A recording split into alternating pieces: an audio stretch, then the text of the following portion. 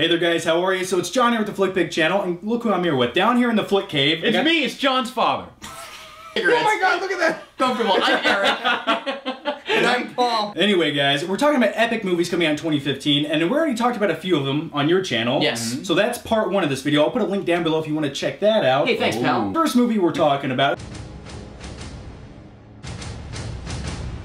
Yeah, old Arnie's coming back to Terminator 5 now, and there's been a lot of... Is this 5? Yeah, I mean, it's the fifth one, what number was the last one? Terminator... It was called number. Salvation. This is John Connor. And that was, that was the fourth one, but they didn't call it 4, so if they call this one 5, it's going to drive me nuts. Now, my question is, what is the actual storyline? Actually, one of the storylines I heard from the movie is actually, instead of Arnold playing a robot coming back in time, he just plays a human figure, kind of like in the first movie, where Kyle Reese comes back. He's the human figure that comes back to protect somebody.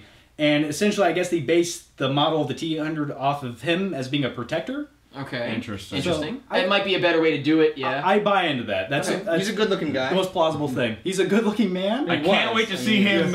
He's got nice pecs. I can't wait to see the naked scene. They're also rumoring The Rock, Dwayne Johnson, to be the villain. That's right. Okay. And I buy into that. That guy looks like a Terminator. And I like The Rock. I don't know about you guys. I like The Rock. He's likable. Yeah, I mean, if I had to put skin over a lot of metal, I would. Oh, okay. Probably. Yeah, I agree. Anyway, I don't even know who isn't Justin Lin supposed to direct it? The guy who directed Fast 5? Oh, really? Yeah, that's right. That's interesting. He's attached, so I think it's gonna have good action. At least it won't be the crapshoot like Terminator 3 was, which was just like a Brett Ratner. That was the one that Michael Myers wasn't even in, right? Michael Myers.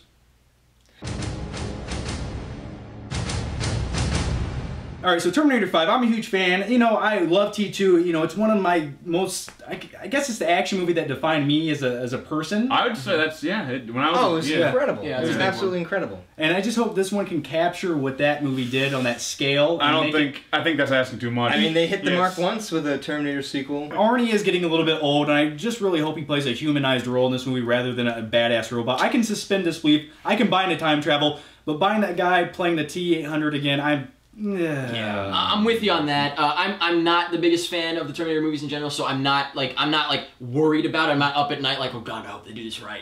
But at the same time, I would obviously welcome that, and I certainly hope that they do it right. Dinosaurs. I don't know. The next movie is Dino DNA. That's my Jeff Goldblum impression. Jeff Goldblum! There you go. Jeff Goldblum, I knew it! You like that? Dino. I love the Goldblum. Anyway, the next movie we're talking about comes out in 2015 also. It's the next Jurassic Park movie. Hopefully, because I think they halted it, but they still say it's going to come out in 2015, so fingers crossed that it actually does. Now, which one is this? Is this 5, 6, or 4? Jurassic Park. And they counted 1, 2, 3, and 4. Yes, this is real. We still, unfortunately, count 3, but... Alright, now they're making another one. Like, how are they going to change it up? Yeah, what makes it impossible, even if the movie is incredible, what just makes it hard to sell to me is, haven't you learned your lesson by now? 6 million years Stop of messing with evolution. the dinosaurs! Leave it alone. Now, I will say, though, on that note, I don't know if everyone here is aware, the storyline, apparently, is that the park is open.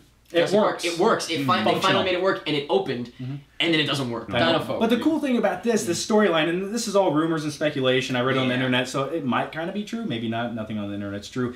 Anyway, they're rumoring that there's going to be underwater creatures, dino underwater sea monsters, if you want to call them. And well, I mean, like, they were. That's a real thing. No, they never did that. They never did, but it makes sense because in the third one they finally did the pterodactyl, right? Yeah. Now in this one they would do maybe underwater. Which they're just flying away. Like, where do they land? Is there not an epidemic or a problem or something happening with them showing up on the coast of Florida? I don't know. You know what actually happens? This is another rumor, but they're saying that the original dinosaurs, like the T-Rex and everything, they actually become like good dinosaurs because they're tamed in this movie, and then they have another genetically altered dinosaur bunch, and those are like the bad dinosaurs. So it's like honeybees and African like Decepticons and Autobots. Scientifically speaking, I think most dinosaurs, their brains were a little bit too small. I don't think it would be possible to domesticate them. Genetically altered. What I find interesting is that Colin Trevorrow, I apologize if I pronounced it incorrectly, is directing this, and he directed a very, very small film that was one of my favorites of recent years, called Safety Not Guaranteed, and it is nothing at all to do with dinosaurs, and I think it's really interesting. It's a big leap. Nothing? Did you see Safety Not Guaranteed? I did not. Great character stuff. Great character stuff. You didn't say the magic word.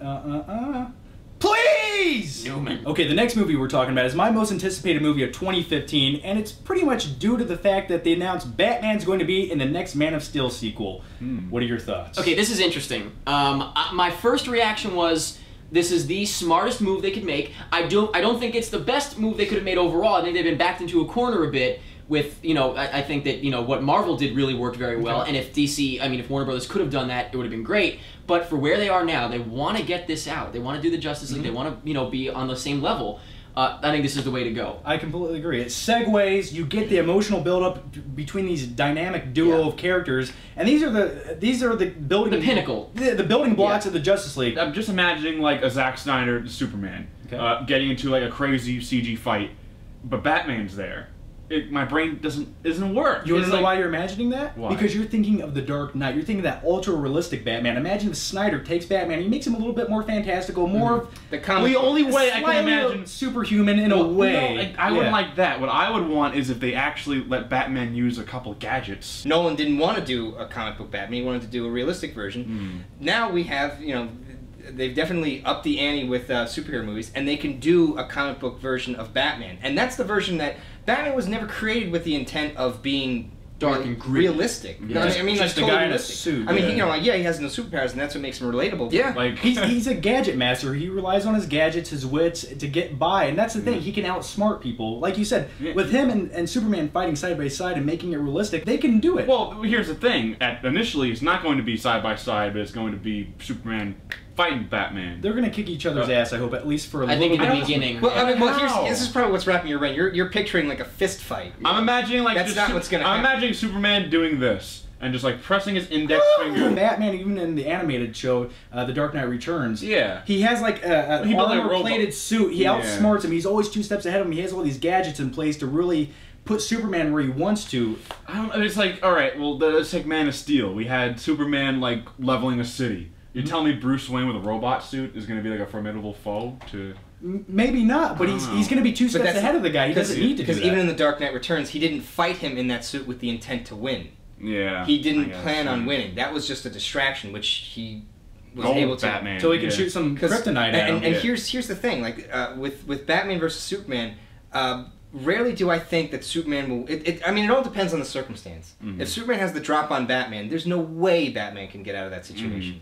And vice versa. If Batman has time to plan it, Superman doesn't stand a chance because Batman is so in control upstairs. That's the only thing. He's the only superhero who has formal training to become a superhero. Batman has to prove his manhood, and I think at some point in that movie, he's going to put his hand around his neck and give that little speech, hey, respect me. Even though you're more powerful, I can outsmart you, and that's why we need to team up. For sure, but I never think that Batman has anything to prove. He's never trying to prove himself. Well, he doesn't have small man complex. I mean, he's Batman. You don't need to prove him. Because here's the thing, like, people are always saying, like, how are we going to realistically put Batman next to this godlike figure? And I'm almost like the other way around. How are you going to put Superman on his level? Now, what do you think about the title of this movie? Now, a lot of people are saying it's going to be Man of Steel, blah, blah, blah, something, Dark Knight. I think they should completely abandon Man of Steel. Do you think it should be called Superman versus Batman? Do you think it should be called that? I don't think it should be called versus. Well, wait a minute. Who are you asking? Are you asking as a fan, or are you asking me as a marketing guy? Because as a marketing guy, yeah, it should be Superman versus Batman. But it kind of cheapens it and almost... Yes. Yeah, but you know what? To be quite honest with you, as much as you might want to think the otherwise, that's what this is. Yeah, but if you call it Batman versus Superman, or Superman versus Batman, that would suggest that the final conflict of the story is them fighting. And that's what they shouldn't have, is an exact winner. And it's a lot of them teaming up. What they should do is there should be a conflict earlier in the movie, and then the reluctancy of them having to work together, and then the end of the movie is them working together. Kissing and, make kind of... Well, no kissing. I'm sure you were going to bring up World's Finest, people suggesting World's Finest. I think nobody's going to know what that is. Public, I agree, as a diehard fan, you could say, call it that, but I think even from my standpoint, in a marketing and seeing that on a poster, I don't think that's not the right decision. It's going to look Boy Scouty, but it's not going to look like what they want. You know what? I think Batman and Superman World's Finest would work, like as a subtitle. That's my dream title. I think all you need is the logo, the Superman. Yeah. Imagine it didn't have a title. It's like Prince. Okay, guys, so that's our take on the big movies of 2015. If you haven't already, make sure you watch part 1. It's on pretty much its channel. But here's my question to you. What is your most anticipated movie of 2015 and why? Let me know down below. Anyway, guys, thanks for watching, and we'll see you next time.